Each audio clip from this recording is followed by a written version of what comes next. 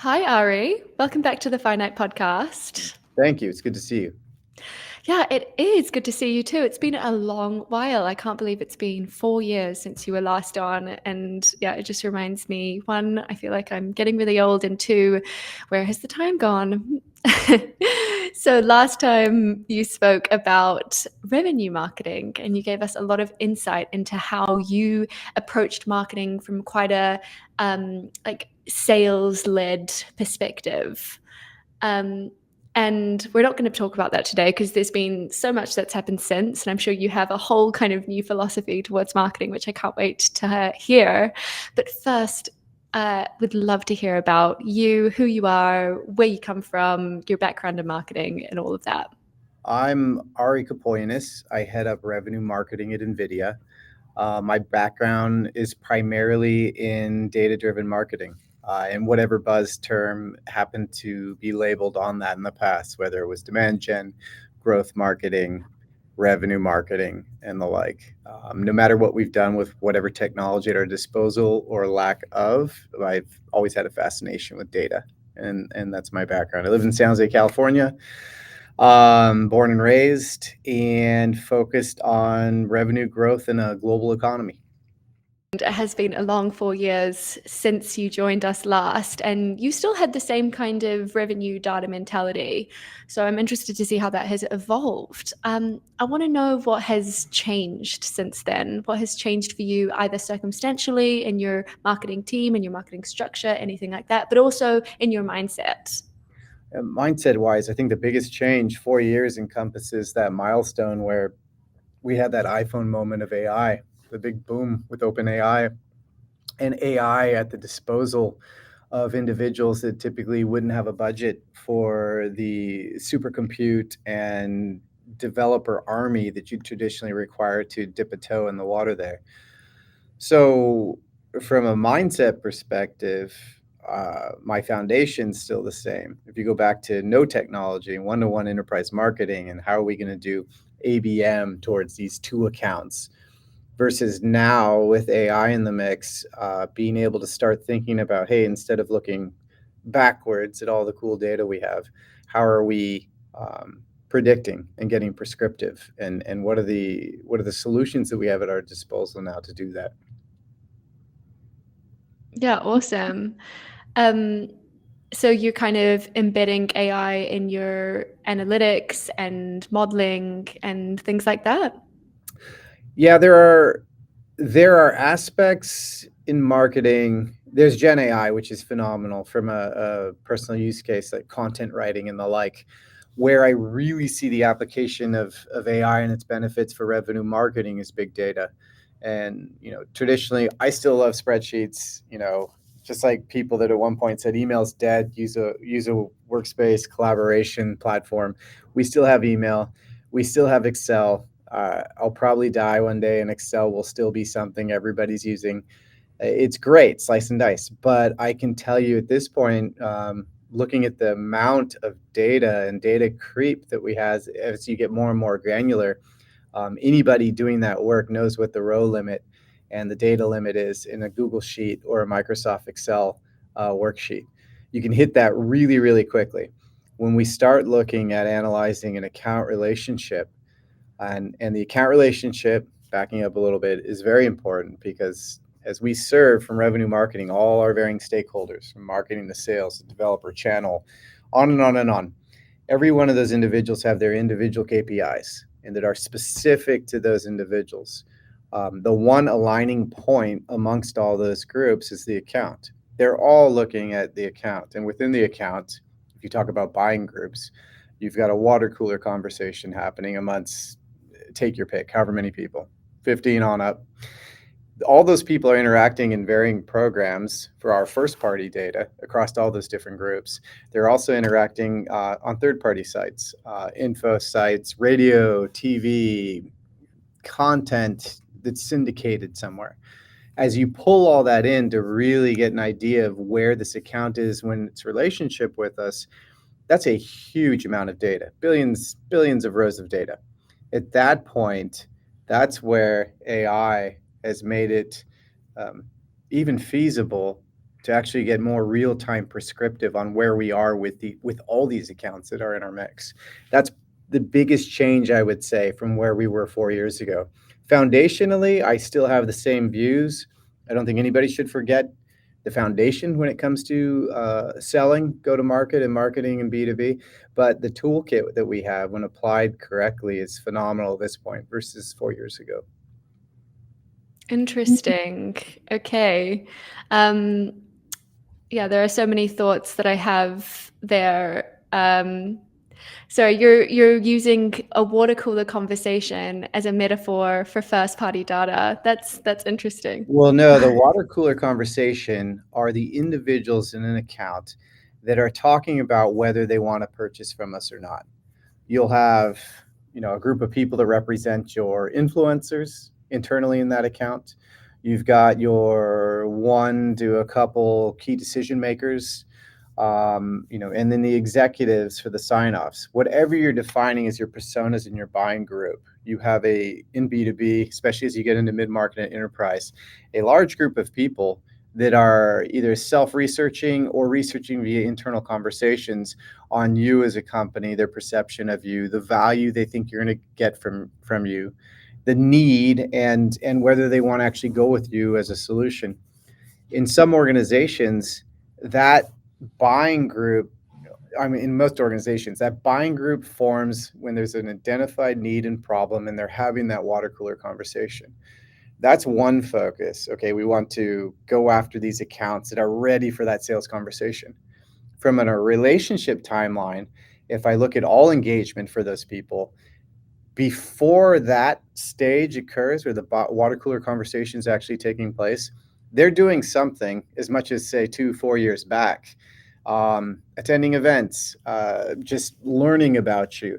So when you take into the fact that we want to provide relevant experiences and conversations that resonate by individual within that account, the type of account, the industry, identifying that, maintaining all that, and then getting prescriptive on what to do next, just for the one account, is a massive amount of data. Hopefully, yeah. I feel like it's an achievement in itself to have that much data on not only one person, but an account as a whole, and how those water cooler conversations interact and go. The data is the easy part. The volume of data, people get offended, people managing, say, your CRMs and maps out there, when we start talking about data dumpster diving. It's true. As soon as you put a form on a website, you're going to get a bunch of garbage. It's really easy to collect data. And then from the third-party perspective, obviously there's tons of vendors to pull engagement, intent data, dark web, funnel metrics, and the like. The question is, once you have all that data, okay, I got everything. Oh, man, what do I do with all this? What do I do? There's no way. I don't know what to pick out from this. In the past, I've always preached avoiding what I call the spaghetti monster mess, especially when it comes to personalization. Because you start thinking, I can personalize by account, industry. I can personalize by company size. I can personalize by revenue range. I can personalize by the persona hitting the site when I've identified them. And it gets on and on and on and on and on. And then if you take all the permutations of each of those, say, covariates, if you want, for each of them, it's a mess to manage until you end up with a solution that can manage that for you and just give you a few bullet points telling you how you're doing and what to do next, which is where AI comes into play. Okay, great. Yeah, you're right. Data does come in from all corners, doesn't it? All sides and corners, and it doesn't tell you. I always say it doesn't tell you what to do. People are always like, read the data, look at the data, understand the data, but it's like, well, to do that, you kind of need that tacit analytical knowledge in order to interpret that data. And I'm getting the sense that you have your own kind of framework for this, from the analogies and the terminology and everything like that. So I would love to unpack that a little bit more. Yeah, go ahead. Yeah. No, I mean, please. I don't know where to start. Please. I would say the framework's ever shifting.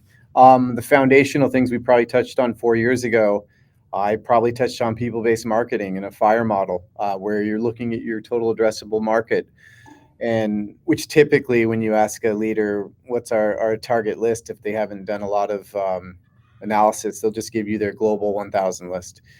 And then you go in there and you say, okay, how many of these people are truly a fit? And then you leverage your data to say how many of these people actually show intent, how many of these people have recency and engagement, and what is that engagement? And you slice and dice it, and then you get from 1,000 down to hopefully 20 to 50, and then target from there. Traditionally, in the past, there's been some automation around it, but execution against that has been more manual. I'm still trying to nail it where we get truly prescriptive, meaning I can get all the great modeling, the great propensity modeling in place, and I have the data output, and it goes into our dashboards. As soon as something's in a dashboard, the dashboard is backwards looking. Your stakeholders, who hopefully they have something consumable, they'll say they're data driven, but if you show them a dashboard that's 3 pages of scrolling charts and whatnot, they're not going to know what to take from it. But even if they did, no matter what date filter I'm looking at, and I'm looking backwards at that point in time, I might get crafty and have some kind of forecast line.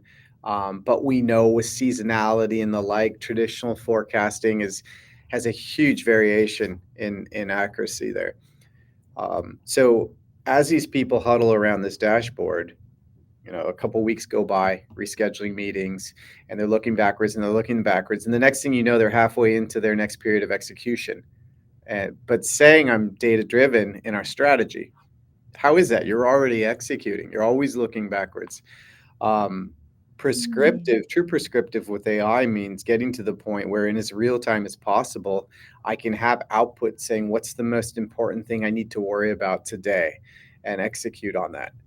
The trick is properly defining the ecosystem for the model so it's catching what really truly is important.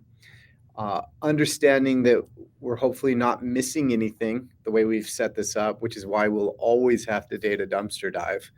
And then 2, trust amongst our stakeholders.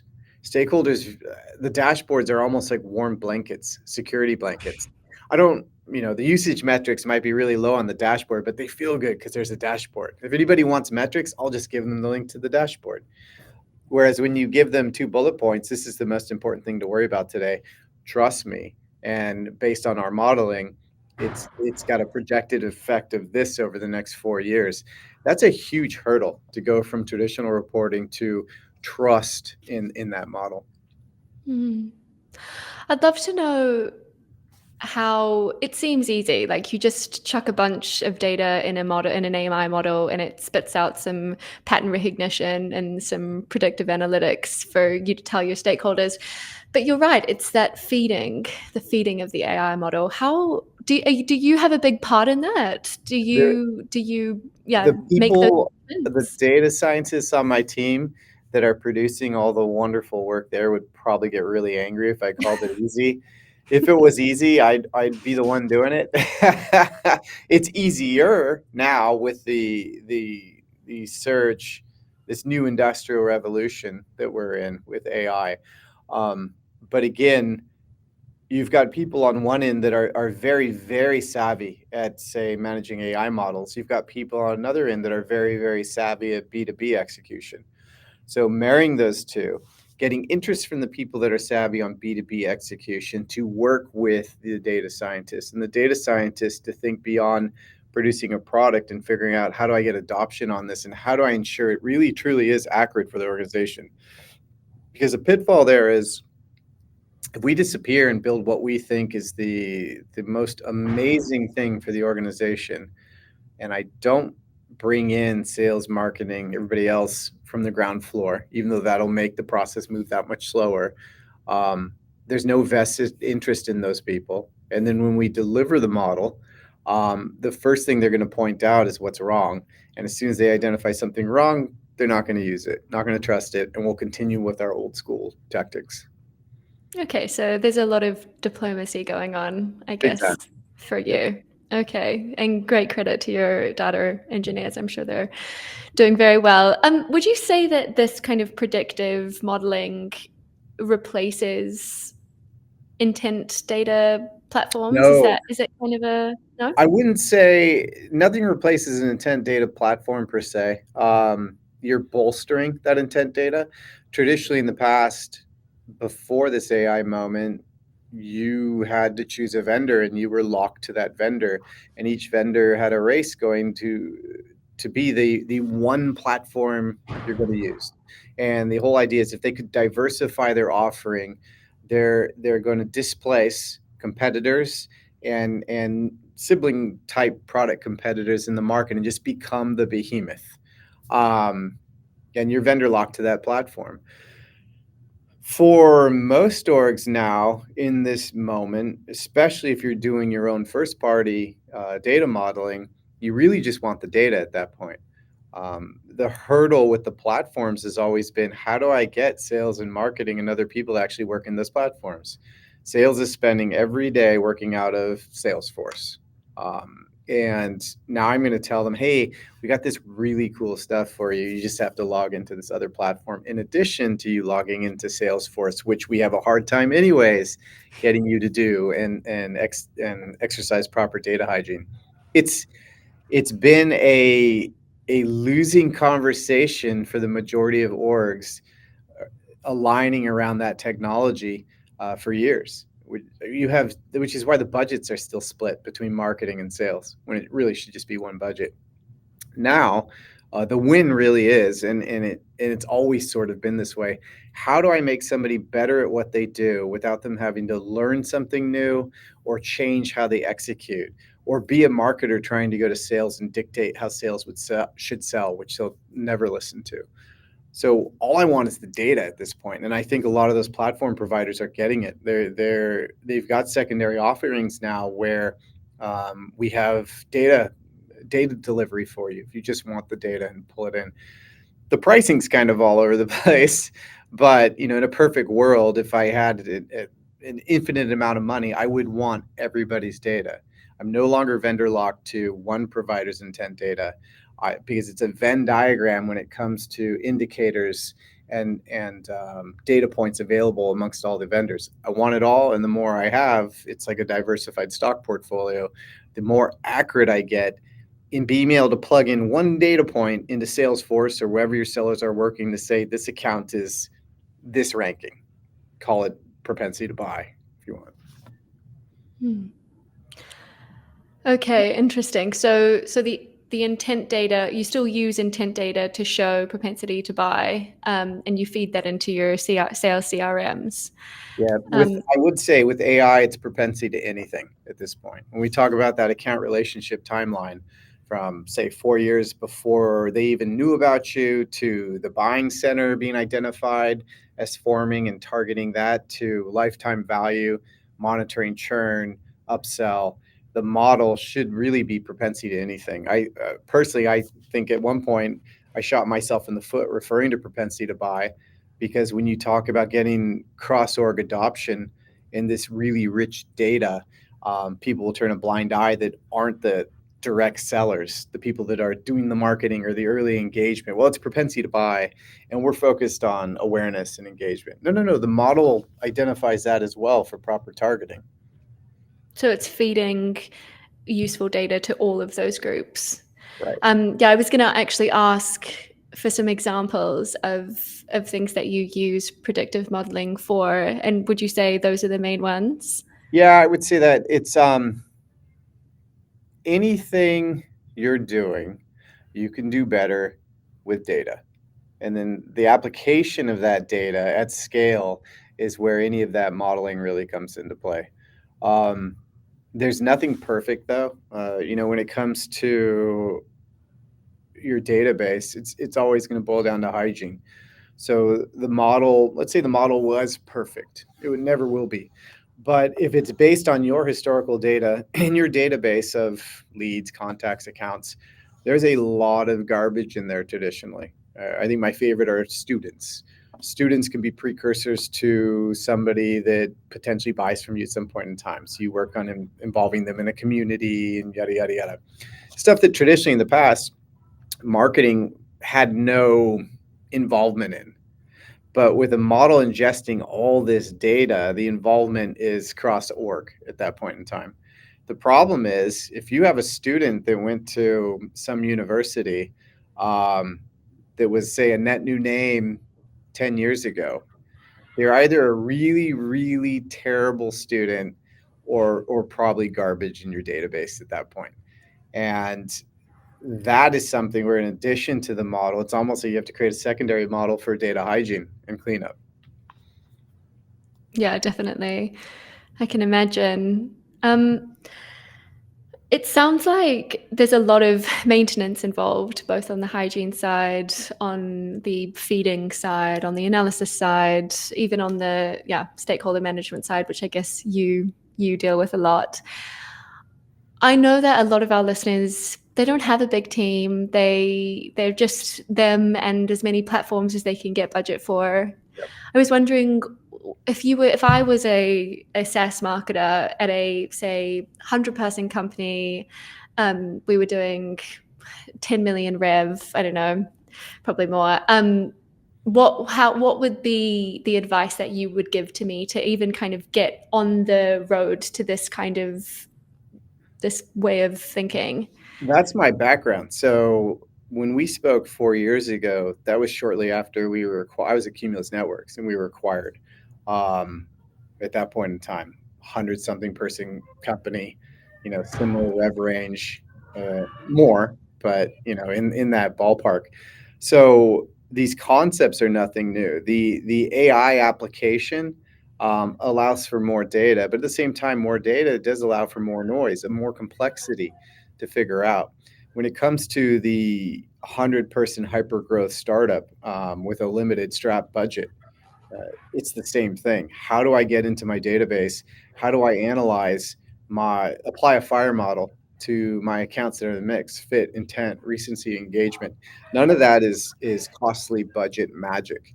How do I pull in sales and marketing at the foundational level so they have a vested interest in actually looking at things by account? How do I switch up my reporting to actually report awareness metrics like visits just by account, and then talk to MQAs and accounts only versus the leads or random person records in the mix?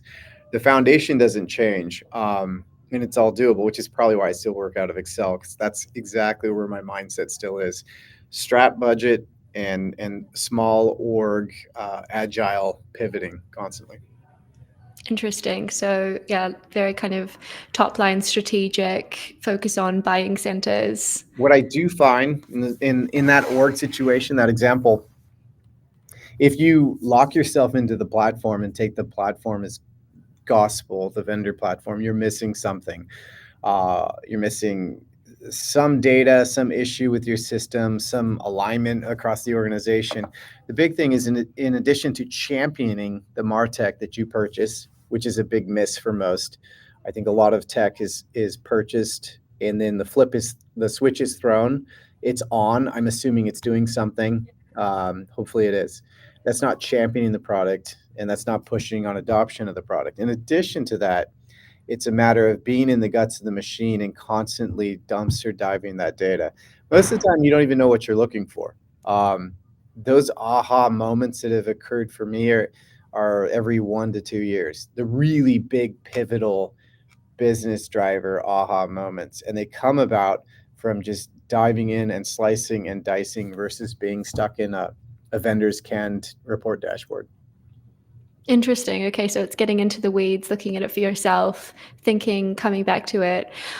You've intrigued me, actually. I really want to know one of these big aha moments. Can you share any? Did any come to mind immediately? Yeah, let me think about this one.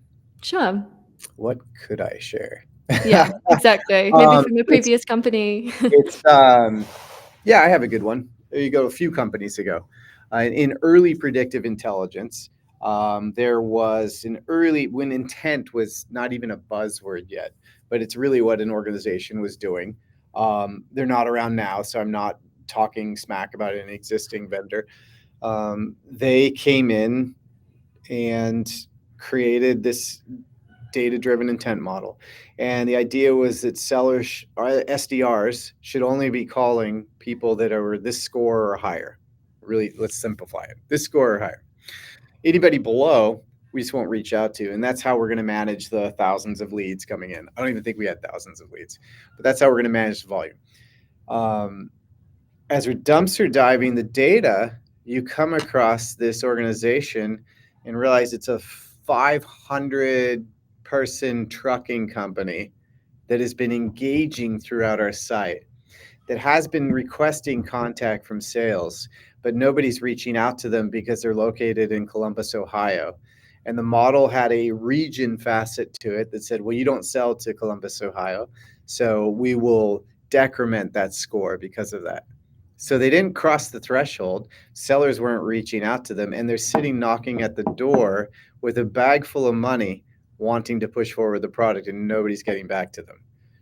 Huge moment. And so once you realize that and you apply that same lens, you see these other people that are in the mix there that the sellers just weren't seeing.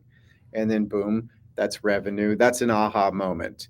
Doesn't happen all the time, but while we're doing best foot forward on the right technology and establishing a good foothold on modern B2B selling and everything associated with that, the foundational aspects of really embracing the data should never go away. Interesting. So it helped you look at the data in a different way.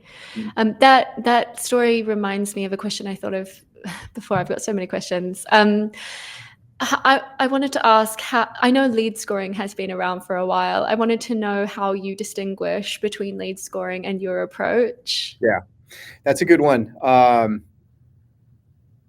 It's been interesting, going through waves of the lead gen era, demand gen, account centric, and then buying center. Everything now is focused on targeting the buying center. Buying center is not a new buzzword. It's just the right way to execute. Marketers somehow have constantly redefined who they are, whereas sellers have always been account based since the dawn of time. But marketers get all the flashy new titles, revenue marketing. But and as much as we say, hey, we got to be account based, and everything should be account, everybody still has a lead gen model in place, inbound lead flow to SDRs, lead based, and lead scoring, which in the past I've likened to, there used to be an old role-playing game called Dungeons and Dragons, and there'd be a dungeon master that would help people develop their characters. You would roll dice, and based on each of the dice roll, it would determine the point scoring for the facets of the characters, and that would determine how strong your character was. That's lead scoring. If you go to the website and you read an ebook, you get 50 points. If you attend a webinar, you get this many points. If you're a king of the ogres, continue with Dungeons and Dragons, you get an extra 50 points. Boom, MQL. It's important. Those are firmographics and demographics that are good data points to have. Unfortunately, they're tied more often than not to a web form where you have lazy form filling or people just out and out lying. Yeah, I'm the CEO of Microsoft. 50 CEOs of Microsoft every quarter. So I'm not going to get away from it. And the key thing is actually applying that propensity model, whether it's a team of people working on a propensity model or just sound intent data at the account level, coupling that to lead scoring. If I take my lead scoring model and I actually say, okay, out of these 3,000 MQLs, how many of these people actually fit my FIRE model, fit intent, recency, engagement? And from that, I cobble down to this few. Now, most people, regardless of what size organization they have some sort of automated calling technology, automated cadences, sequences. Not going to name vendors. You know who they are. SDRs working in those platforms. So you create an automated cadence for the other 90%, or a series of them that are relevant to the identified account industries or supposed account industries based on the self-identification. They all go into that. And then you have your sellers focus on the ones that are actually identified as the icing on top, the ones that are truly showing fit, intent, and whatnot. And that's not a heavy budget ask. That's just proper marrying, proper sanity checking of this antiquated scoring mechanism that is the bane of the existence for marketing when it comes to aligning with sales and getting trust. Yeah, definitely. I've always thought lead scoring models were a little bit simplistic. Like marrying that intent data with it means that this person, that just because they went to a year event doesn't mean they want to buy from you. Marrying it with that intent data actually proves it. It kind of grinds my gears when you see marketers, they win a big deal, a salesperson wins a big deal, and their marketing goes, well, they went to an event and then they did this and then they did that. And then the whole company goes like, woo, it's a bit, I just think it's overly simplistic, but You'll it's, see, yeah, sorry. yeah. It's kind of why I'm not a big fan of multi-touch attribution or MTA, which has Mm, been crammed down everybody's throats in varying attempts in applications to date. A lot of that is for marketers to prove to the organization that they're doing something. We mm, shouldn't have to worry about doing that. We should be looking at the entire model and seeing, okay, what makes sense for our OpEx spend? AI is helping with that identification, looking at correlation and causation analysis and projecting output over the next 4 years, which is helpful. But when it comes to execution, if you look at an anatomy of a deal slide that sales likes to put together, it usually starts with the opportunity creation. There's no acknowledgement whatsoever that the individuals from that buying group were involved in anything marketing related at any point in time. What you'll typically see is research behaviors start really ramping up as they get closer to that buying group engaging with sales. And then you'll find out that the first touch was somebody from years ago. So there's two things at play. One, identifying those people years prior to the opportunity to wrap the warm blanket around them and create them, really build them up so that they're advocates and champions for solution when the buying group conversation actually happens. And two, identifying the surge amongst those people in activity across those varying things that typically we haven't looked at in cohesion in the past. The event versus the on-page engagement versus the webinar attended over here. Putting that all together is where you start really saying, okay, this lead came in, they were this, and they did this, so they got this score. And based on this account in overall engagement, I should push this person over. yeah, that double layer. I see what you mean. And you do raise a good point. I do think that getting buy-in for marketing in, I would be hesitant to say majority of organizations, but I will, is really tough. Like marketing has come a long way from just sending out like letters in the mail to where we are now. And I think this conversation that we've had today is kind of like a product of that and also proof of that. I feel like on the Finite podcast, we have lots of conversations, but this feels like almost like a not marketing in a way because it's just so complex and it's so data driven and it's going to that extreme with it, which I find really fascinating. And it's been so good to get that insight. Yeah, the delineation between marketing and sales, especially from a budget perspective, is something that before I pass on, I hope goes away at some point. Traditionally, in the past, if an org is hurting, marketing's a nice to have. Marketing's the first thing to go. I need people to sell the product. I need people to build the product. With no acknowledgement that to sell the product, I need some sort of go to market to actually have somebody to sell to. Um, we're not for B2B, we're not walking door to door or house by house, sell it with a bag full of steak knives that we're selling to people that are home. We're the sellers are inside a building trying to reach out, and everybody knows at this point in time what a poor experience cold calls are to their cell phone. Mine rings off the hook all the time. We, for a number of years now, have had this blurred line where the hampering of aligned execution, it really is the delineation of the budget. It's for a number of years now, we've had the ability such that, let's say somebody filled a form out, their Gmail address, so we can enrich them. No technology to do anything about that. They come in, sellers tasked with making, let's say, 40 to 60 calls a day, really boiler room SDR situation elsewhere.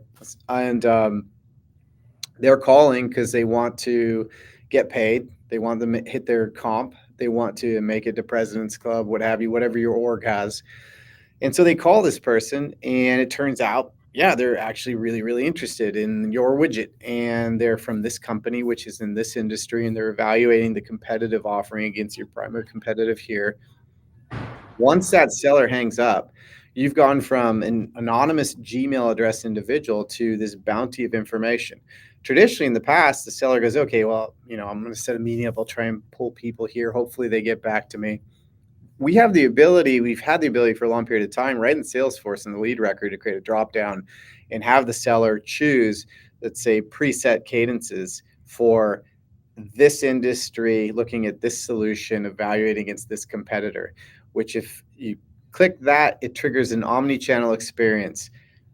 Banner ads, multi-touch sequences going out to the relevant contact coverage that you have engaged from that account, email, what have you, everything.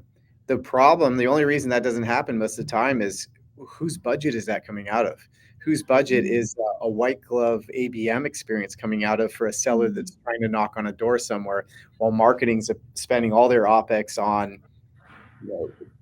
let's say, pre-demand gen and brand awareness.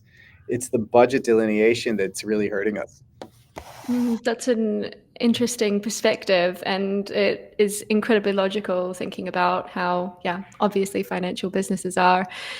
And that's all it really comes down to, which leads me, it inspired my final question. Unfortunately, we do have to wrap up now. Man, time flies. It does fly. It's been a great conversation. But I just wanted to know from your perspective how you've seen the change of marketing's reputation within either your organization or marketing as a whole, with your approach. Like, how has that impacted how marketing is seen? I think marketing still has a ways to go. In many ways, as far as alignment. Alignment now, you can read on LinkedIn, people find the alignment conversation cliche at this point, but I just don't think most people have nailed it. I think, and there's the trust, validation, and proof of value. Like the best example is events, right? For a lot of people, is it worth doing these events? Is it worth having my booth at these events? And in most of the value looked at is meetings booked from the events, not in how much value did I get for awareness, interest, cultivation, and like, because you traditionally haven't been able to measure that. Now we're at the point with the AI models in play that we can look at correlation and causation analysis and say, okay, finance gives out a paid media budget quarterly. Let's say in your org, it takes 2 years on average from a first touch to an opportunity generated. Finance looks at your output from marketing quarterly. So everybody devolves into reporting by clicks and impressions. And it's taken by finance, but it's taken with a grain of, great, impressions. Here's another 50K. Whereas now applying supercompute, which is much more in the hands of people to do now in this new revolution that we're in, we have the ability to say, okay, you gave me 50K, and based on a historical analysis, the past 4 years of behavior across similar accounts and people and programs, we're looking at a projected revenue of X in the next 4 years. That is compelling. That is value. That takes marketing towards actually applying LTV valuation to the activities occurring within these accounts. Sales needs the data. More often than not, the marketer is delivering that data. We'll hear back from sales when there's something wrong, but not necessarily when something's right. So we're in this realm where I think we have the right data. It's just a matter of applying it in a consumable manner We get really excited on something we worked on for a year, and we want to show somebody the kitchen sink, and the eyes roll back in their heads and they go back to executing how they've been executing. Again, how do I take all this goodness and not have them have to learn something new or change how they execute, just be better at what they're doing? For the people that are doing that, the value is seen. But that's where I think moving forward, the orgs are going, and that's where it blurs.